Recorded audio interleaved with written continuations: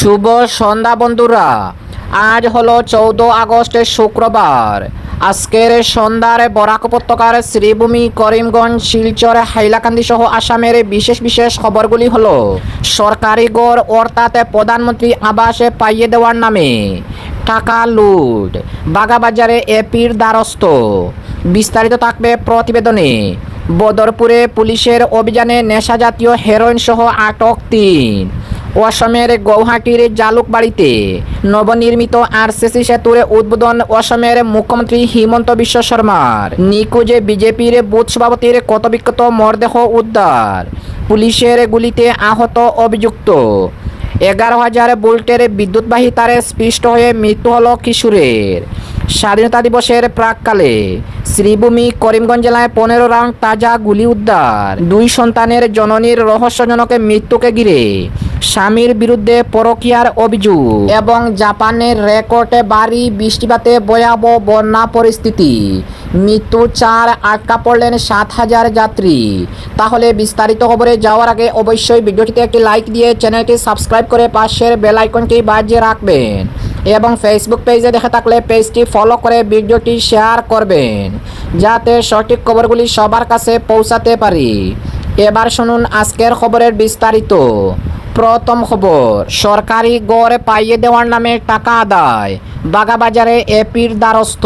শিলচরে দলাই বিধানসভা এলাকার বাগাবাজার গ্রাম পঞ্চায়েতে সরকারি গড় অর্থাৎ প্রধানমন্ত্রী আবাস যোজনার বিভিন্ন সরকারি প্রকল্প পাইয়ে দেওয়ার আশ্বাস দিয়ে একাধিক মহিলার কাছ থেকে টাকা নেওয়া এবং দীর্ঘদিন ধরে হয়রানির অভিযোগ উঠেছে। অভিযোগকারী রুনা বেগম জানান, তাকে সরকারি গড় পাইয়ে দেওয়ার আশ্বাস দিয়ে প্রথমে 8,000 টাকা নেওয়া হয়। পরে পরিবারকে সমস্যার সমাধানের কথা বলে আরও 2,500 টাকা আদায় করা হয়। কিন্তু এত টাকা দেওয়ার পর তিনি আজ পর্যন্ত কোনো সরকারি গড়ের সুবিধা পাননি বলে দাবি করেছেন। অন্যদিকে আয়ারুন্নেসা অভিযোগ করেন, সরকারি গড় পাইয়ে দেওয়ার প্রতিশ্রুতি দিয়ে তার কাছ থেকে 15,000 টাকা নেওয়া হয়, কিন্তু দীর্ঘ সময় পেরিয়ে গেলেও তিনি কোনো সরকারি সুবিধা পাননি। এছাড়া আফতারুন্নেসার অভিযোগ, সরকারি গড় পাইয়ে দেওয়ার আশ্বাস দিয়ে গত 5 বছর ধরে তাকে বিভিন্নভাবে হয়রানি করা হচ্ছে। বারবার আশ্বাস দেওয়া হলেও বাস্তবে কোনো সুবিধা মেলেনি বলে তার অভিযোগ। শুক্রবার মহিলারা বাগাবাজার আঞ্চলিক পঞ্চায়েতের সদস্যার প্রতিনিধি সাব্বির আহমেদের দ্বারস্থ হয়ে অভিযোগগুলো তুলে ধরেন। অভিযোগকারী মহিলাদের বক্তব্য অনুযায়ী তারা সরকারি বিভিন্ন কল্যাণমূলক প্রকল্প এমনকি অরুণোদয় প্রকল্পের সুবিধা থেকেও বঞ্চিত রয়েছেন। সরকারি অনুদান পাইয়ে দেওয়ার নামে বিভিন্ন সময়ে বিভিন্ন অঙ্কের টাকা দাবি করা হয়েছে এবং বছরের পর বছর ধরে তাদের হয়রানি করা হয়েছে বলে অভিযোগ। অপরদিকে বদরপুরে পুলিশের অভিযানে নেশাজাতীয় হেরোইন সহ গ্রেফতার 3। মাদকের বিরুদ্ধে জিরো টলারেন্স নীতিতে ফের বড় সাফল্য পেল শ্রীভূমি, করিমগঞ্জ জেলার পুলিশ। গোপন সূত্রে প্রাপ্ত তথ্যের ভিত্তিতে বদরপুর থানা পুলিশের বিশেষ অভিযানে 26 গ্রাম হেরোইন উদ্ধার করা হয়েছে। এ ঘটনায় 3 জন অভিযুক্তকে গ্রেফতার করা হয়। অপরদিকে জালুকবাড়িতে নবনির্মিত আরসিসি সেতুর উদ্বোধন অসমের মুখ্যমন্ত্রী হিমন্ত বিশ্ব শর্মার। গৌহাটি জালুকবাড়ি বিধানসভা কেন্দ্রে নবনির্মিত একটি আরসিসি সেতুর উদ্বোধন করলেন অসমের মুখ্যমন্ত্রী হিমন্ত বিশ্ব শর্মা।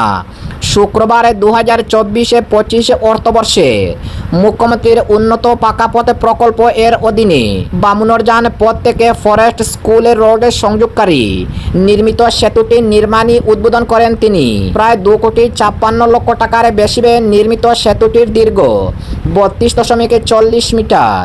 দীর্ঘদিনের পুরনো ও জরাজীর্ণ কাঠের সেতুর পরিবর্তে নতুন আরসিসি সেতুটি নির্মাণ করা হয়েছে। সেতুটি চালু হওয়ায় স্থানীয় বাসিন্দাদের জন্য আরও নিরাপদ, সহজ ও সরাসরি যাতায়াতের ব্যবস্থা তৈরি হয়েছে। অপরদিকে নিখোঁজে বিজেপির বুথ সভাপতির ক্ষতবিক্ষত মরদেহ উদ্ধার।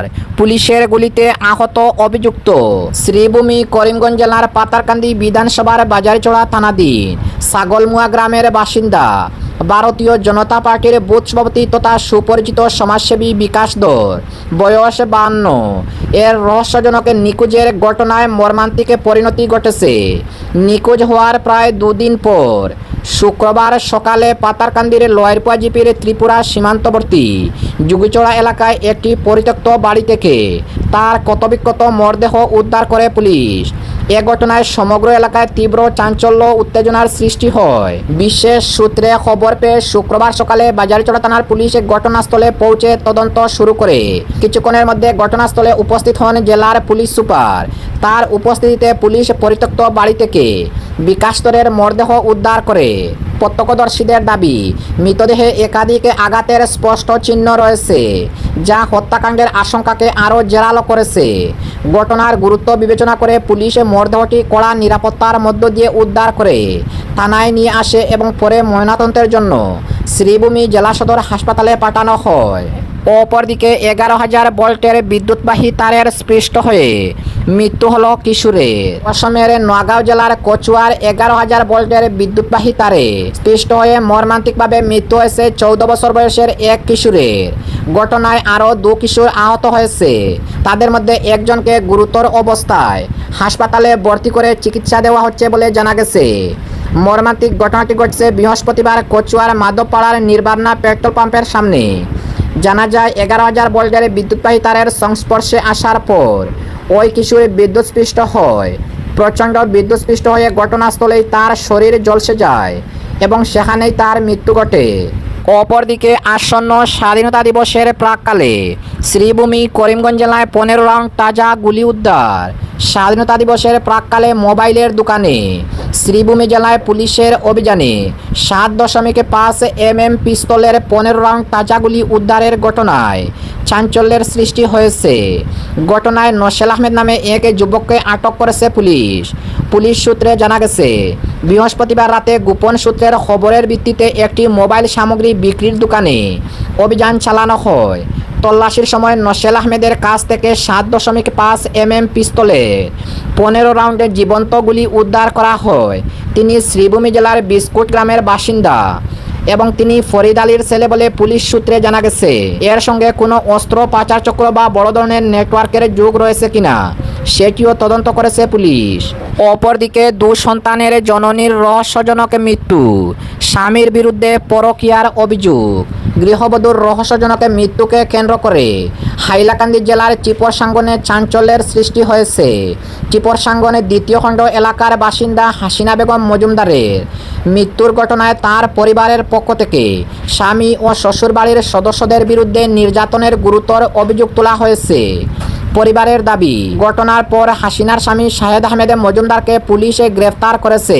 এবং আজকের শেষ খবরটি, জাপানের রেকর্ড ভারী বৃষ্টিপাতে ভয়াবহ বন্যা পরিস্থিতি। মৃত্যু হয়েছে 4 জনের, আটকা পড়লেন 7,000 যাত্রী। জাপানের রাজধানী টোকিওর পার্শ্ববর্তী চিবা প্রদেশে রেকর্ড পরিমাণে ভারী বৃষ্টিপাত ও ভয়াবহ বন্যা ও জলাবদ্ধতা দেখা দিয়েছে।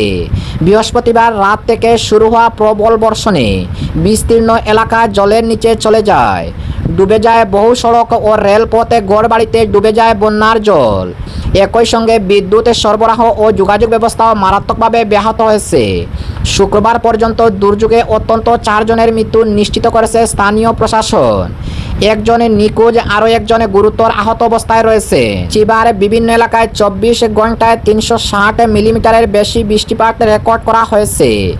কোনো এলাকায় মাত্র 1 ঘন্টাতেই 100 মিলিমিটারের বেশি বৃষ্টি হয়েছে। পরিস্থিতির ভয়াবহতা বিবেচনা করে জাপান আবহাওয়া সংস্থা একাধিক এলাকায় সর্বোচ্চ মাত্রায় ভারী বৃষ্টিপাতের সতর্কতা জারি করেছে।